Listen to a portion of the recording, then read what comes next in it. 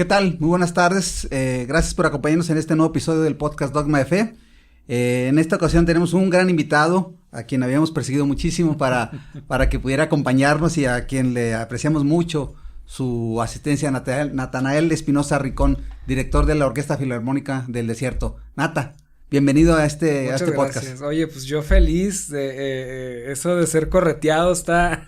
No, hombre, estamos muy contentos porque nos acompañes. Además que tienes el estudio padrísimo, me encanta. Bueno, aquí la gente de producción ha hecho un gran trabajo. Sí, no, increíble. Sí. Yo feliz de poder platicar, echarnos una charla y conversar de estos temas que pues nos gustan, ¿no? Y nos tocan a todos, la música. Sí, así es. Nata, si me permites, voy a leer un poco tu hoja de vida profesional. Adelante. Natanael Espinosa Rincón es egresado de la Escuela Superior de Música de Coahuila con mención en violonchelo. Él es chelista, podría decirse, esa es tu especialidad, digamos. Ese fue mi especialidad. Así es. Así egresé. Estudió dirección orquestal en Bucarest, Nueva York, La Habana y la Ciudad de México. Ha sido director invitado a las Orquestas Sinfónicas de Sinaloa y de la Universidad Autónoma de Chihuahua, las Orquestas Filarmónicas de Zacatecas, Toluca y Querétaro, así como la Orquesta Cámara Joven Boca del Salvador y la Sinfónica de Grand Rapids en Michigan, Estados Unidos. Participó con intervenciones en la gira del maestro Andrea Bocelli, ha dirigido artistas nada más y nada menos que como Don Plácido Domingo, Nadine Sierra y recientemente un gran éxito, el Concierto Sinfónico de Mijares, aquí en Saltillo. Es director de la Orquesta Filarmónica del Desierto. Y Nata, muchísimas gracias, bienvenido. Gracias. Nata, queríamos invitarte y te apreciamos mucho tu asistencia para discutir esta parte de la música a través de las emociones. Sí. Los humanos nos hemos reunido por milenios alrededor de la música, Nata. La música está presente en bodas, funerales, nacimientos, cuando vamos a la guerra, eventos deportivos, en una cena romántica, y quisiéramos entender esto, lo que la música nos produce como emociones, como un bebé que está inquieto le pones música, en especial, pues con todo respeto, pues música clásica, para lo que nos gusta, y se tranquiliza, Nata. Sí. Bueno, creo que todo tiene que ver con lo que nos identifica, ¿no? Es una especie de... es un encuentro. La música y la persona es un encuentro y creo que voy más allá. Es que somos un instrumento. Mira, allá en el año, creo que 1960, en los 60, 70, se hizo un experimento con respecto a que había la teoría que decía un músico académico que el silencio como tal no existía. Entonces empezaron a hacer estos experimentos extremos, ¿no? Como por ejemplo irte a un lugar inhóspito, pero entonces escuchabas el aire y si había no sé, alguna planta con el ir y venir del viento o un río, entonces no era opción, y fueron un poco más allá extremos. Fueron y construyeron una cabina en un bosque o en un lugar así muy alejado donde se presumía que no había, y en esa cabina se mete una persona totalmente aislado y entonces después de ciertos minutos está completamente en silencio, pero entonces empieza a escuchar los latidos del corazón y la presión sanguínea. Entonces no podemos escapar de la música, somos un instrumento, somos nosotros propios un instrumento de percusión, si tú quieres, sí. ¿No? Entonces, no hay que ser un genio para entender por qué nos provoca lo que nos provoca la música. Pues la música, somos parte de ella, o sea, nosotros somos música, nosotros, entonces es nada más un encuentro entre dos energías, ¿no? Sin poner así nada espiritual, ni vamos a quitarle todo lo misterioso y lo místico, ¿no?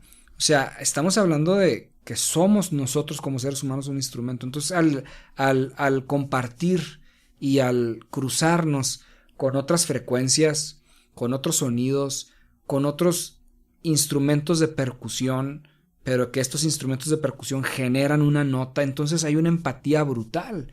Eso es lo que pasa con la música, por eso nos acompaña siempre, por eso está en nuestras vidas. Oye, desde que amanecemos hasta que nos vamos a dormir, nos encontramos con música. Decía Nietzsche, filósofo prusiano, que sin música la vida sería un error. Así es. Y me parece que estaba muy acertado. Así es. Es increíble, y suena fuerte decirlo, pero hay música para ir a la guerra. Sí, a ver, no es lo ideal, por supuesto, pero se inventó música para eso. Se inventó música para los funerales, las pompas fúnebres, música para recién nacidos. En todas partes nos acompaña y creo que hay un auge musical y nuevas formas de entenderlo. Y me parece que, por ejemplo, el trabajo de ustedes en la Filarmónica es en esta parte adaptativa, me parece muy acertado lo que están haciendo, de entender, oye, la música clásica, los instrumentos se pueden adaptar a música que podríamos llamar popular, Nata. Uh-huh. Bueno, la música que goza de popularidad, pues la que se está escribiendo actualmente, ¿no? Pero también tenemos que, ahorita lo platicábamos fuera del aire, y es que la música académica o la música clásica, la música romántica, en su momento fue música popular. O sea, es decir, suena loco pensar que tú tuvieras una fiesta siendo un monarca o siendo alguien con un título nobiliario y que mandaras traer un cuarteto de cuerdas para tocar un divertimento de Mozart mientras tenías una carne asada. Pero es que así era. Por supuesto. O sea, eso era lo que se escuchaba. O sea, sí. Si tú querías música en tu fiesta, eso era lo que contratabas. Y ¿no? Era lo que había. Sí, y era lo popular. Y era lo popular.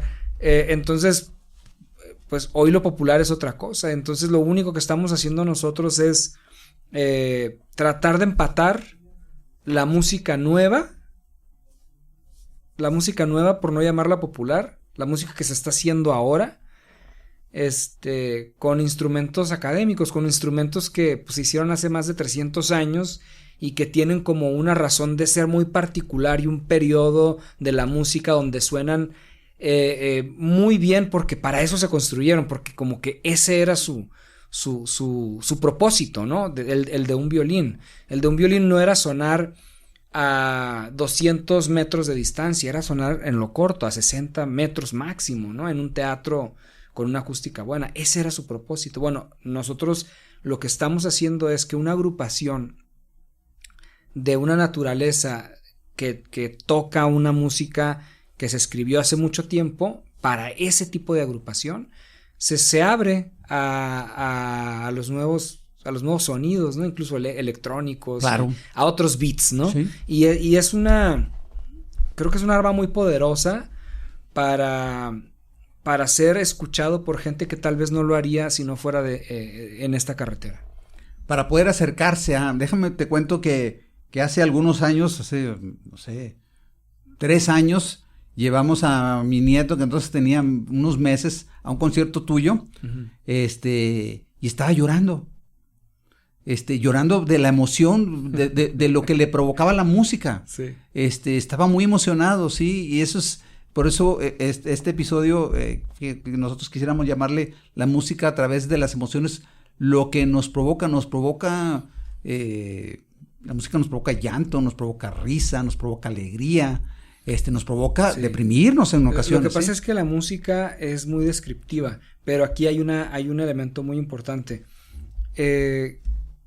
Yo me defino a Natanael Espinosa, no como director de orquesta. Yo me gusta pensar de mí como alguien que cuenta historias a través de la música. Y me hago acompañar, o mi herramienta principal, mi instrumento para poder contar historias, es una orquesta sinfónica. Digo, qué lujo, ¿no? Pero es que así es. Entonces, ¿qué es lo que yo hago? Que yo agarro una sinfonía y entonces la estudio y la trato me hago muchísimas preguntas al respecto de alguna frase, qué es lo que estoy buscando de esta frase. A ver, a mí me gusta mucho la cocina, me gusta mucho el vino, entonces hago mucho este tipo de comparativos, de analogías, y me gusta ver qué textura va a tener esta frase, qué color va a tener esta otra, y entonces de esa manera voy construyendo una historia, pero lo más hermoso de esta historia es que la historia que yo te cuento no necesariamente la vas a percibir tú como tal. Es probable que entre los dos hagamos otra, ¿no? O sea, llegue, es decir, llegue al destinatario con otra codificación, por así decirlo, pero entonces eso lo hace aún más interesante y más complejo. A mí me encanta pensar de esa manera la música. Nata, otra vez sobre lo mismo, la cantidad de emociones que nos provoca la música y lo que nos afecta en la química del cerebro, produciendo oxitocina y dopamina y cuantas cosas, cuando lo recibimos, esa señal musical y la procesamos, nos produce confort, nos produce depresión en ocasiones.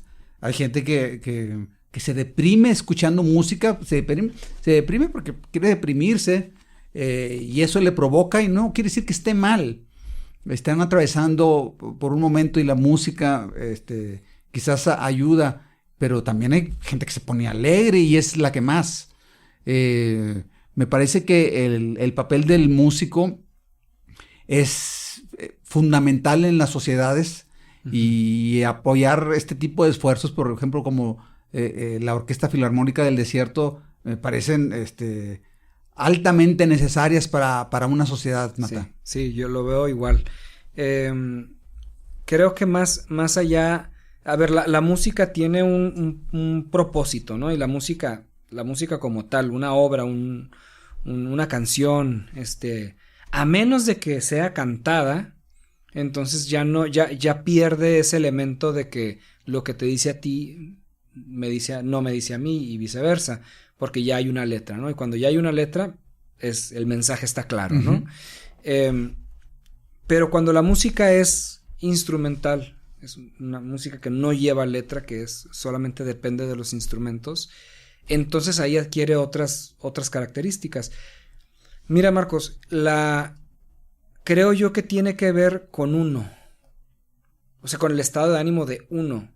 Si la obra no la has escuchado, si es por primera vez que escuchas el Adagio de Barber, una obra muy introspectiva, muy melancólica, es incluso espiritual. Que tenía que ver con el momento el momento que estaba atravesando quien la compuso. O si fue por encargo para algo muy específico. También, reyes, príncipes que se los encargamos, ¿verdad? Exacto, ¿no? Entonces, pero cuando la música, uno pasa por algún momento de la vida, y te agarras de una pieza musical que también es válido, entonces a partir de ese momento toda tu vida, los códigos de esta pieza, la armonía, el contrapunto, la velocidad, todo eso se queda grabado en el interior de uno, y cuando la vuelves a escuchar vuelves a vivir el momento. Por ejemplo, cuando falleció mi papá en el 2006, uno de mis amigos queridos, pianista, Alejandro Sánchez, él estaba tocando el Claro de Luna de Debussy. En ese tiempo de la carrera él estaba tocando esa obra, y para mí fue muy bella, ¿no? Y yo asocio, o en ese momento yo asocié el Claro de Luna de Debussy con la muerte de mi padre, una obra muy, muy linda, muy también así, muy delicada. A alguien le podrá parecer como muy romántica, ¿no?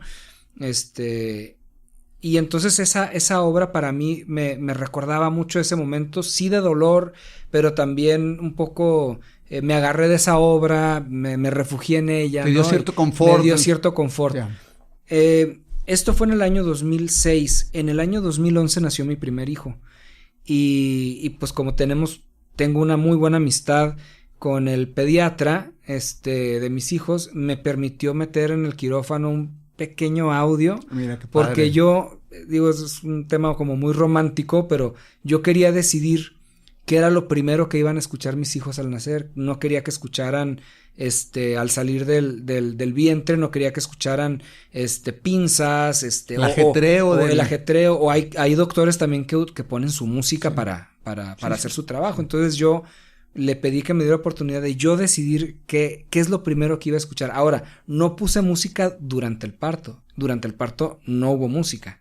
Es en cuanto nació, play, y entonces eso fue lo primero que escuchó.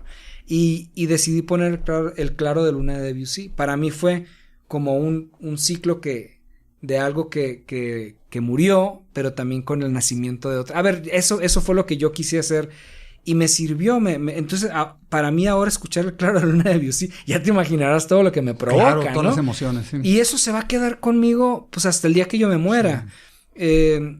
Tiene que ver mucho con las vivencias, la música nos acompaña y dejamos que nos acompañe también, la utilizamos como herramienta. A ver, los novios que se van a casar deciden el vals, entonces ese vals los va a marcar hasta el día del divorcio. Sí. O de la muerte. Sí. Va a parecer una tontería y es una anécdota quizás un poco burda de mi parte, pero hasta se han hecho populares gente que se divorcia y entonces contrata un grupo musical y escoge una canción. Digo, no, creo que es una anécdota un poco burda, pero hasta eso también llega y pues es música. Sí. Es música al final. Nata, para toda esta, estamos en la moda que ya no es moda, porque pues ya tiene 15, 18 años, como decimos, rifando el reggaetón. Uh-huh. Lo que para estas generaciones es tan difícil llegar a lo que suele llamarse la música clásica, que es, tú me lo confirmarás, un periodo de la historia uh-huh. que fue el periodo clásico.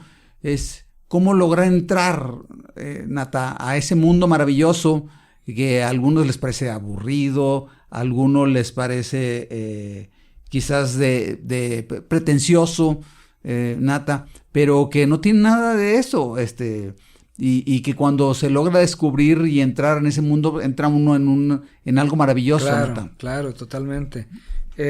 Una vez más, vamos a la comida.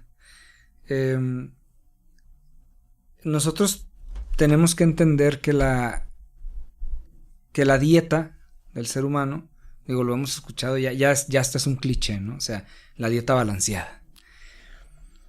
O sea, no podemos pretender que nuestra dieta consista en los taquitos deliciosos, callejeros. Pero tampoco siempre, ¿verdad? Exacto.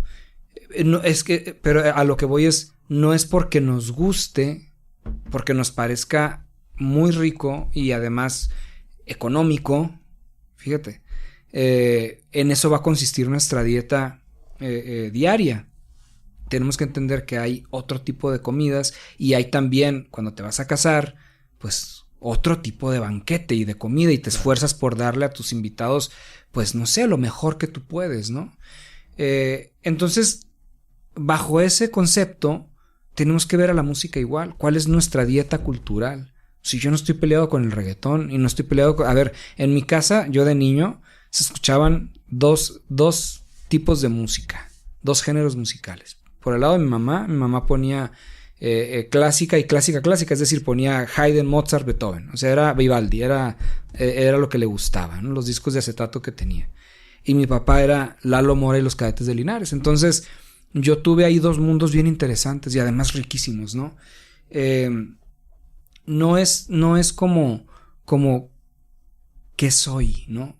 O sea, ¿qué es lo que voy a escuchar? No, es que no podemos andar por la vida no sabiendo que es una sinfonía. No te digo que el fin de semana en el antro se va a tocar Tchaikovsky, pero sí es incorrecto, hablando ya desde el punto de vista, y ahora sí, ¿por qué no decirlo espiritual, como ser humano, como persona, de no saber, de irte a la tumba sin haber escuchado una orquesta en vivo? O sea, como ¿por qué, no? O sea, la pregunta aquí es al revés, ¿por qué no lo habrías hecho, no? O sea, ¿por qué no te diste la oportunidad de simplemente explorar ¿por qué la quinta de Beethoven, así la tan trillada, el ta ta ta tan, por qué es tan famoso? O sea, ¿por qué ha trascendido por más de 200 años esa obra? ¿Por qué ¿no? sigue ahí? ¿Por qué sigue ahí? O sea, Algo habrá hecho bueno, ¿verdad? Algo habrá ahí, Sí. ¿no? O sea, a ver, la novena ha batido todos los récords, ¿no? O sea, de grabaciones, de formas de tocar, de arreglos musicales, de lo que sea. Ha batido todos los récords, la novena.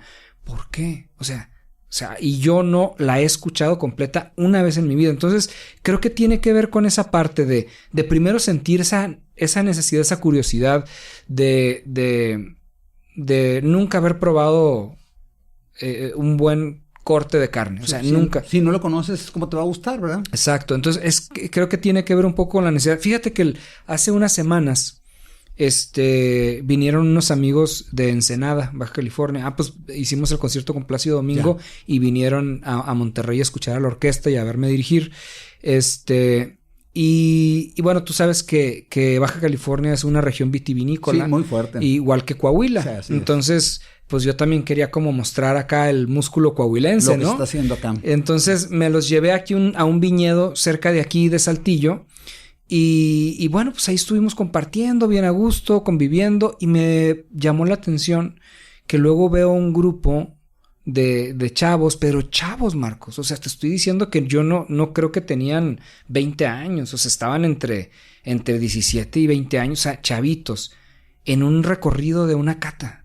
O sea, o sea, es decir, eso para mí adquiere un valor muy especial como persona. Es decir, no es siempre un refresco, no siempre es agua, no siempre es una cerveza.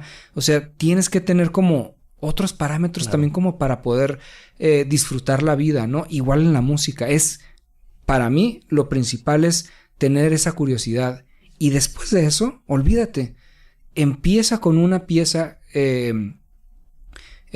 cualquiera, ¿no? O sea, el compositor que se te venga. ¿Qué le dirías a la gente que nos ve, nos escucha? Estamos en Spotify, estamos en Apple Podcast, estamos en todas las plataformas. A ver, me gustaría, sí, escuchar alguna vez qué compositor, qué pieza, ¿cuál es lo que te atrapó a ti?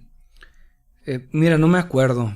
Seguramente fueron los clásicos, pero para mí el periodo de música que tuvo un impacto muy fuerte en mi vida fue el romántico. Es decir, los rusos, Tchaikovsky, la música, por ejemplo, de Dvorak.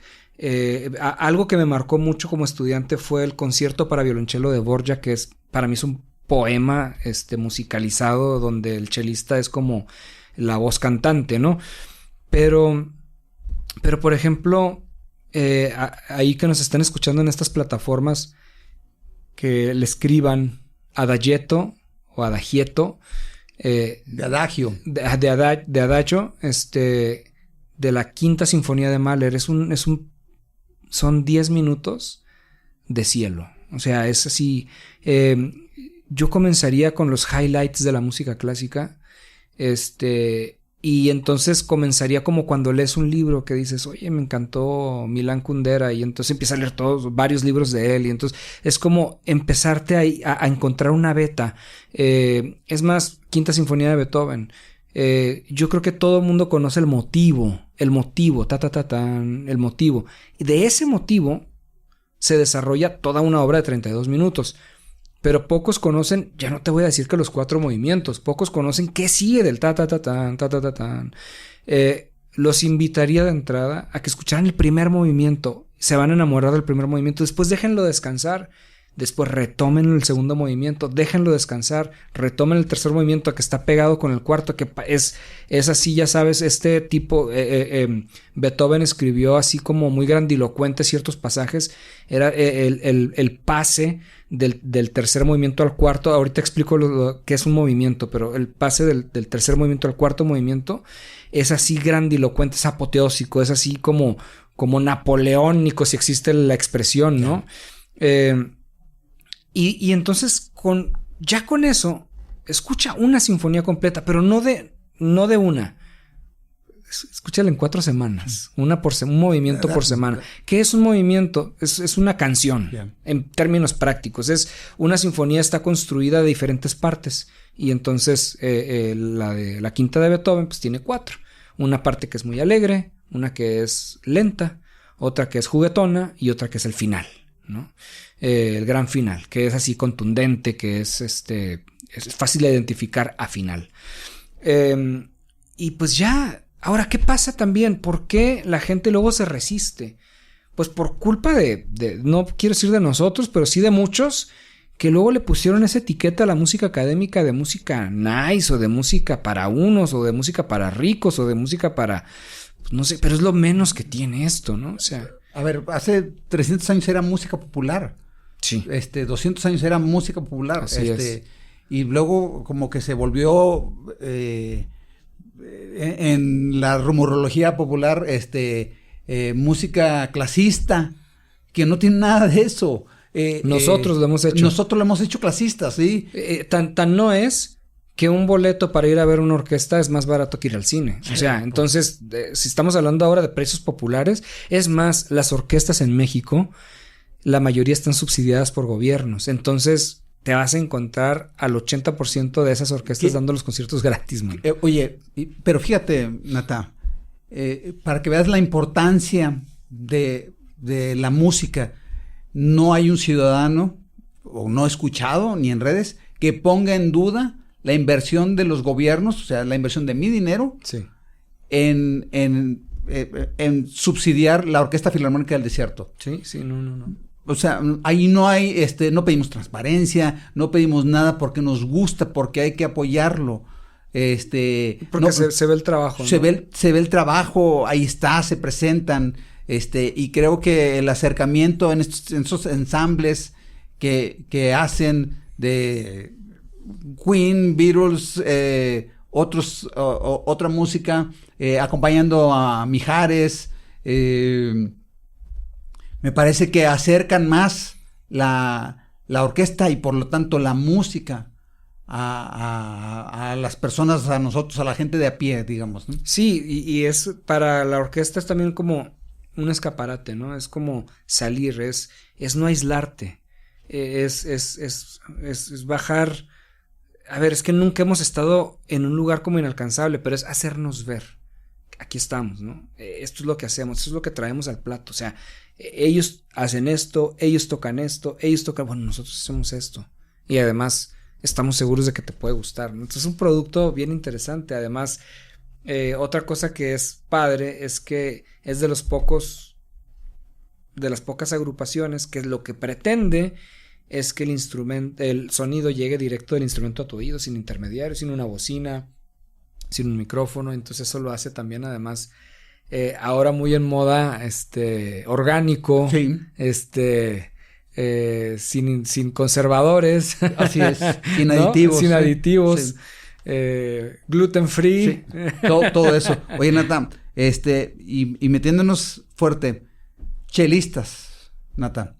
Hay un concierto magnífico que te recomiendo. Primero, tus chelistas históricos, Nata. Uy, bueno, pues Pablo, por supuesto. Fíjate que sí, pero de él no hay muy buenas referencias. Ya. Es lo que se dice de él, porque las grabaciones son muy malas. Pero, por ejemplo, esta chica que murió de lupus, Jacqueline Dupré, que estuvo casada sí. con Daniel Barenboim, que él es gran director y pianista, mejor todavía. Y de los vivos, pues Yo-Yo Ma es así como, es el papá de los pollitos, ¿no? Rostropovich, que no hace mucho falleció, que es ruso. Jordi Zabal, que no es chelista, pero es de viola da gamba, que es un instrumento que estuvo antes del violonchelo. Pues un instrumento bellísimo. Bueno, y ahorita los jóvenes que están ahorita rompiéndola increíble, ¿no? Hay gran cantidad. Hay un concierto por ahí publicado de Pablo en la Casa Blanca, en épocas de Kennedy. Uh-huh. No lo he visto. Ahí está. Incluso hicieron una película hace unos 5 o 6 años, Jackie, sí. la viuda. Ahí sale y es el momento más importante de la película. el concierto de Pablo en cello con Kennedy y Jackie, es magnífico. Sí, como tú dices, el audio es muy malo, estamos hablando de hace 60 años, no ayudaba tanto, pero me parece que es, sin querer ser pretencioso, es magnífico, sí. Otra vez todo este acercamiento, Nata, de otro tipo de música ensamblada, con una orquesta sinfónica, la forma de acercar los instrumentos, sí, que luego tienen toda una historia desde África, los primeros instrumentos que se conocieron en la historia y que están descubiertos ahí en excavaciones, pues vienen de África, del nacimiento de las civilizaciones, ¿no? Que después fueron migrando hacia otros continentes.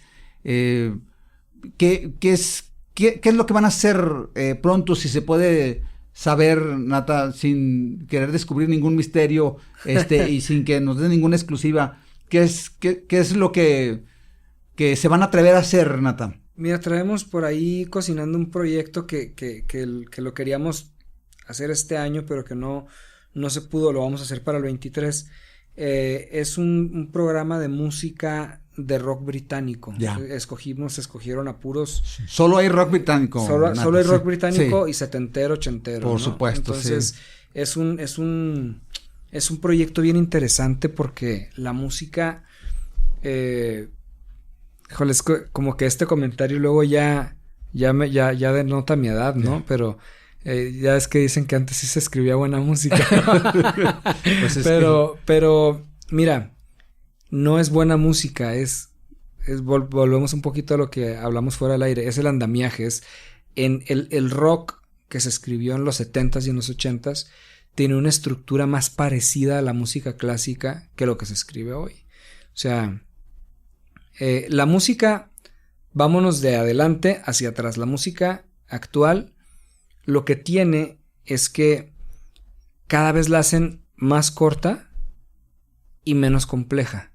Es decir, me parece, sin ser un experto, pero me parece que está creada única y exclusivamente para una satisfacción del momento. O sea, te acompaña en el coche, en el antro, en el bar, pero no te quedas reflexionando en la armonía y no te quedas reflexionando en la letra. Es más, mucha de esa música, pues tiene más como un beat muy sabroso que... Y está bien, ¿verdad? Claro, sí, pero es decir, tiene un propósito, ¿no? Sí. O sea, a mí me gusta ahí hacer ejercicio con un playlist de una musiquita así como house, como algo así padre, que trae más bien como un beat, trae como motivos, pero cumple su propósito, haces ejercicio y se acabó y no piensas más, ¿no? Y cada vez que volteamos, cada 10 años que volteamos hacia atrás, la música tenía otros propósitos. Mira, hablemos de la música de protesta. La música que se escribió... Tuvo su momento, por supuesto. Ajá, en su momento. 60, 70. En los 60, 70 aquí en México y en otras partes de Latinoamérica, el propósito era golpear. El propósito era hacerte reflexionar, era que te dieras cuenta que el gobierno estaba actuando de alguna forma o de otra, y entonces de esa manera, a través de la música, aprovechando la fuerza y el poder que tiene la música, con una letra muy bien pensada y muy bien ejecutada y cantada, entonces, oye, se convertía en el himno de masas, ¿no? Entonces, es decir, la música... Hubo música propagandística, por supuesto. A ver, lo hicieron los nazis, lo hicieron los italianos, sí. Y lo hizo Cuba y lo hizo muy bien. Digo, sí, no, a ver, no nos podemos culpar. Estamos hablando del éxito musical. La era está pariendo un corazón, con Silvio y con Pablo. Sí, a ver, lo hicieron muy bien, lo hicieron los chilenos, le salió muy bien. O sea, cumplió un propósito. Sí, propagandístico, pero musical, pero bien. Exacto. Sí. Pero entonces, cuando tú ya te vas para atrás y ves el rock de Pink Floyd, de Led Zeppelin, esa avanzada, que creo que tuvo ese nombre, la invasión británica. La invasión británica a propósito de todo lo que está sucediendo allá, ¿no? Exacto. Y entonces hay como un común denominador en esa música. Como música, como composición musical, es rica. Es armónicamente rica, no necesariamente, está un poquito alejado de lo fácil técnicamente ejecutarla. Y además las letras, pues digo, no te voy a decir que eran poemas, pero está muy cerquita de serlos. Entonces, bueno. Yo creo que pasa mucho. Aquí tú sabes que tuvimos un episodio preguntándole a un músico, un baterista muy connotado, rockero, un compadre mío atrapado, sí, rumiando, y el episodio se llamó Si el rock está muerto o no. Desde mi punto de vista, como rockero, a ver, no hay nuevo rock. Uh-huh. No hay nuevo rock que se haya popularizado, ¿no? Uh-huh. Y es muy fuerte sepultar al rock. Y darle esa sentencia de muerte es muy fuerte. Sí traemos a Purple y sí traemos a Sabbath, pero lo traemos de los 70s para acá. Sí. Y sí traemos a Leppard y a Floyd, pero es fuerte decir que el rock está muerto, pero a ver, desde mi perspectiva, y me pesa mucho decirlo, lo podrás traer al recuerdo. O sea, ya sé que es perenne y que siempre será escuchado y podemos decir todo lo que quieras. Y creo que para mí lo mató a la industria musical. Porque pues en algún momento ya no sé, pues no se comercializaba tanto, ¿sí? Y entonces volvemos a AC/DC, volvemos al único rock que para mí vale la pena, que es el británico, ¿no? Y me parece muy loable esto que van a hacer, está padrísimo, ¿no? Sí, entonces una función ahí con artistas locales. Ya. Y la filarmónica, y creo que va a ser un buen gol ahí, me parece. Eso va a estar sensacional, sí, pues quizás podemos acudir a la resurrección del rock, y más el británico, otra vez, que para mí es el que perpetuó y que dio todo este movimiento, ¿no? Como los clásicos de lo que llamamos la música clásica. Uh-huh.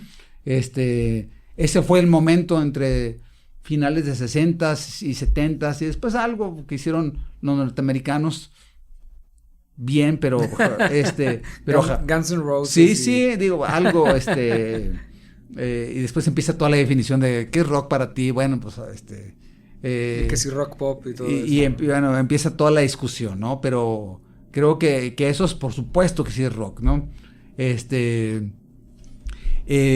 Nata, y para la gente que quiera incursionar, te voy a explicar lo que para mí fue un shock cultural. Yo tengo una hija que está estudiando música, y entonces la aplicación en una escuela de música me parece algo fuerte. Tú vas a querer aplicar a una escuela de música y tienes que ser músico, ¿sí? Pues, yo quiero estudiar economía, no necesito saber economía, ¿sí? Aplico, a lo mejor un máster, sí, ¿verdad? Por supuesto, sí. Pero ese es algo, no sé si quizás tú no lo puedas explicar, Nata, ¿sí? Es, oye, quiero estudiar piano, a ver, toca esto. No, vengo a aprender.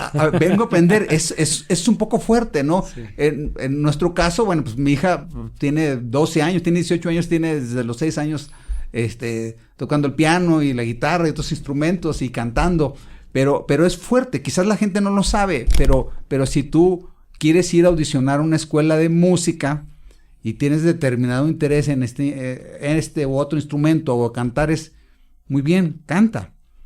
Sí, tiene una razón de ser. Es que ¿cuál es esa razón, Nata? El timing, el tiempo, uno no puede, y espero aquí no romper como sueños. Es que está fuerte, ni corazones. Está fuerte esa. Pero sí, uno no puede pretender convertirse en un músico profesional a cualquier edad. Yeah. Este es un proceso además largo.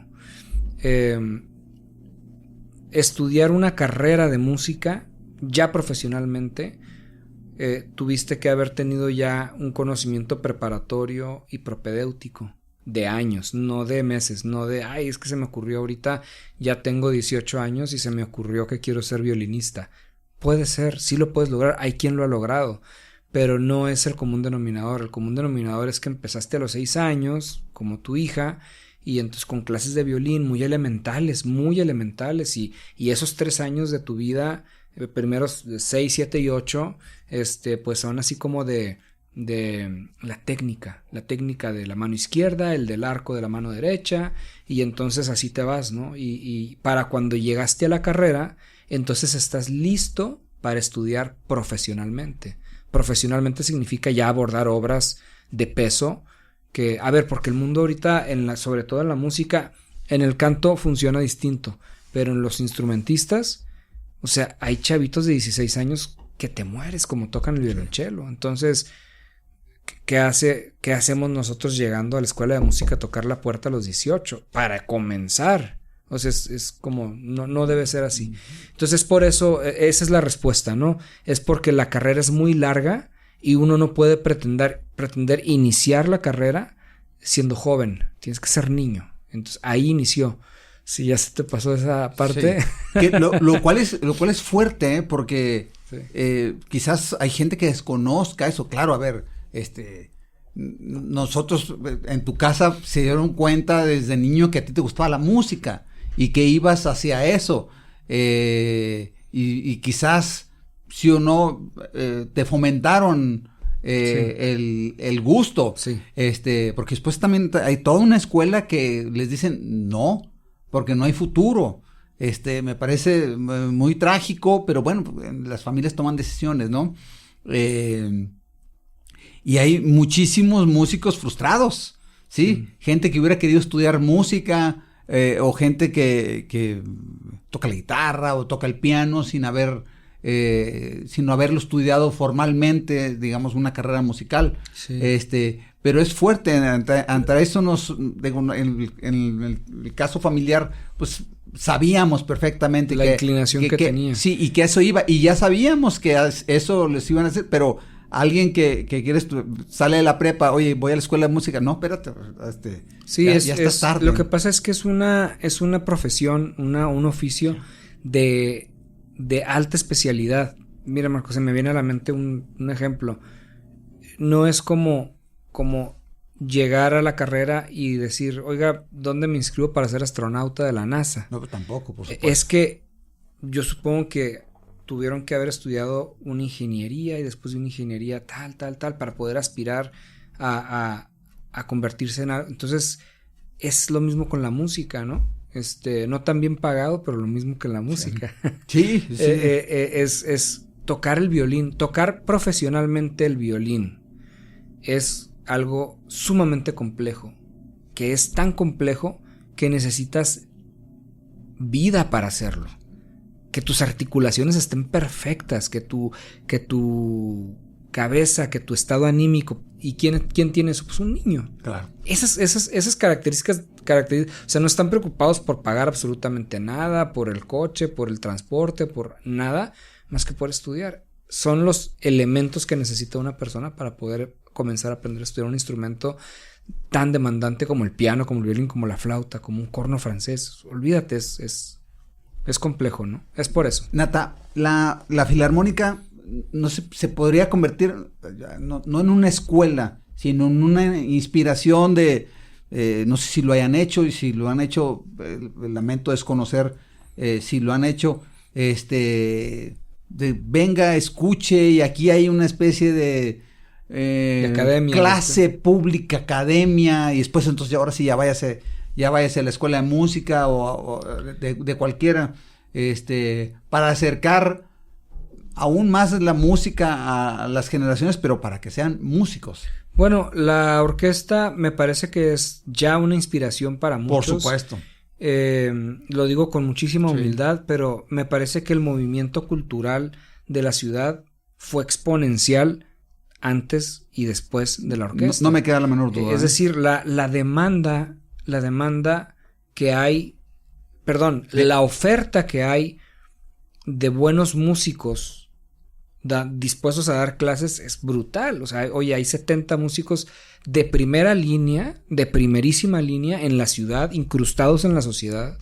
Sí, dando clases. Impartiendo sus conocimientos en todos los niveles. O sea, desde los maestros de la orquesta que dan clases en un kinder o que dan clases en una universidad. O clases privadas. O clases privadas. Y entonces, el otro día me topé con un músico de la orquesta, mi primera viola, que tiene un proyecto académico con una escuela, y le escuché a una niña que es compañera de mi hijo, que tiene 11 años, tocar el violín, y de verdad te digo que me sorprendí. O sea, y esto no lo veías en Saltillo antes. O sea, no lo veías simplemente porque no había una oferta de este tipo. Entonces, eso me parece que ya de entrada es un acierto, ¿no? Es que tú le puedas decir a un niño, ven, te voy a llevar a un concierto, porque si tú quieres estudiar música, miren lo que te puedes convertir. Eso ya es totalmente inspiración pura, ¿no? Sí, una especie de, digamos, clases públicas mientras estamos ensayando. No me voy a poner a enseñarte, sí, pero sí lo hemos hecho.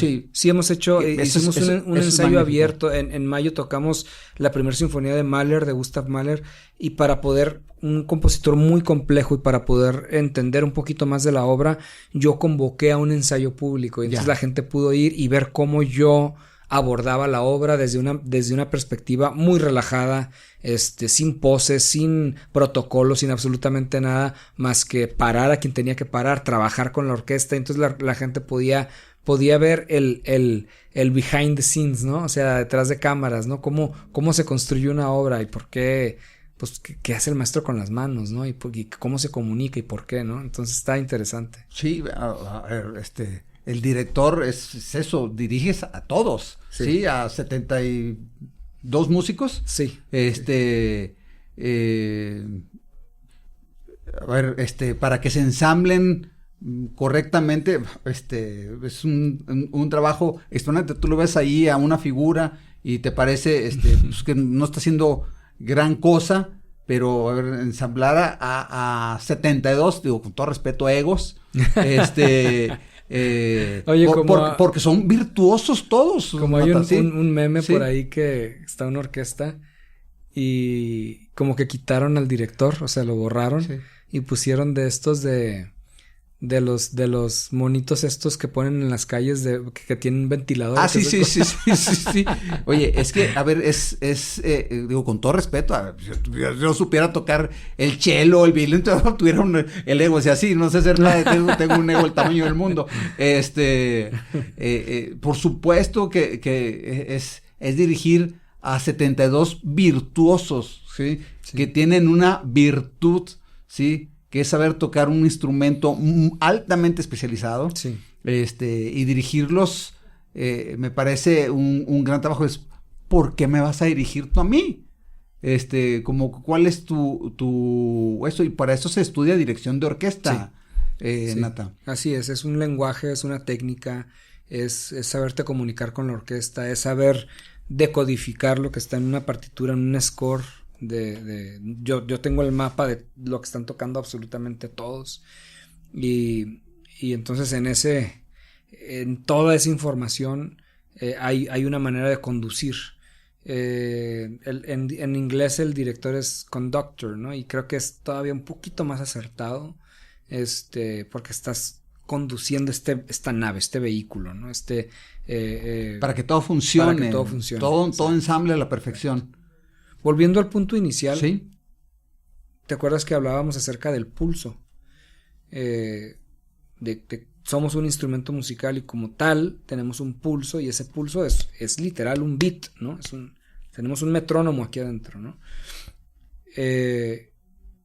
Ya yéndonos a las bases, ya no vamos a hablar de interpretación, no vamos a hablar de ningún otro elemento más que fuera del ritmo. El director es tan necesario porque, como tú dices, es poner de acuerdo a 70, 80, 50, 40 personas, egos, con un pulso distinto. Todos tenemos un pulso distinto. Entonces, lo que para mí es alegre o rápido, pues no necesariamente tú lo puedes tocar más rápido, más lento. Entonces somos un canal, somos la carretera sobre el cual se va a poner la nave para conducir, ¿no? Sí. Hablando del ritmo. Nata, pues nosotros te apreciamos muchísimo este tiempo que nos has dado, nos parece muy valioso. Gracias.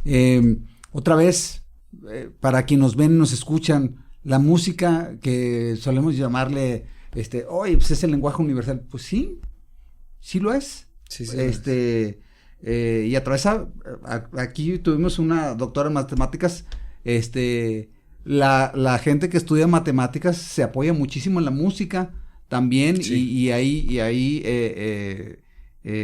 una gran similitud entre el lenguaje matemático y la música, las áreas, poder leerlas, poder interpretarlas, poder codificarlas. A ver, tú le pones el área a cualquier músico en cualquier parte del mundo y quien esté preparado la interpreta independientemente del lenguaje que hable. Pues ese es el poder de la música. Así es.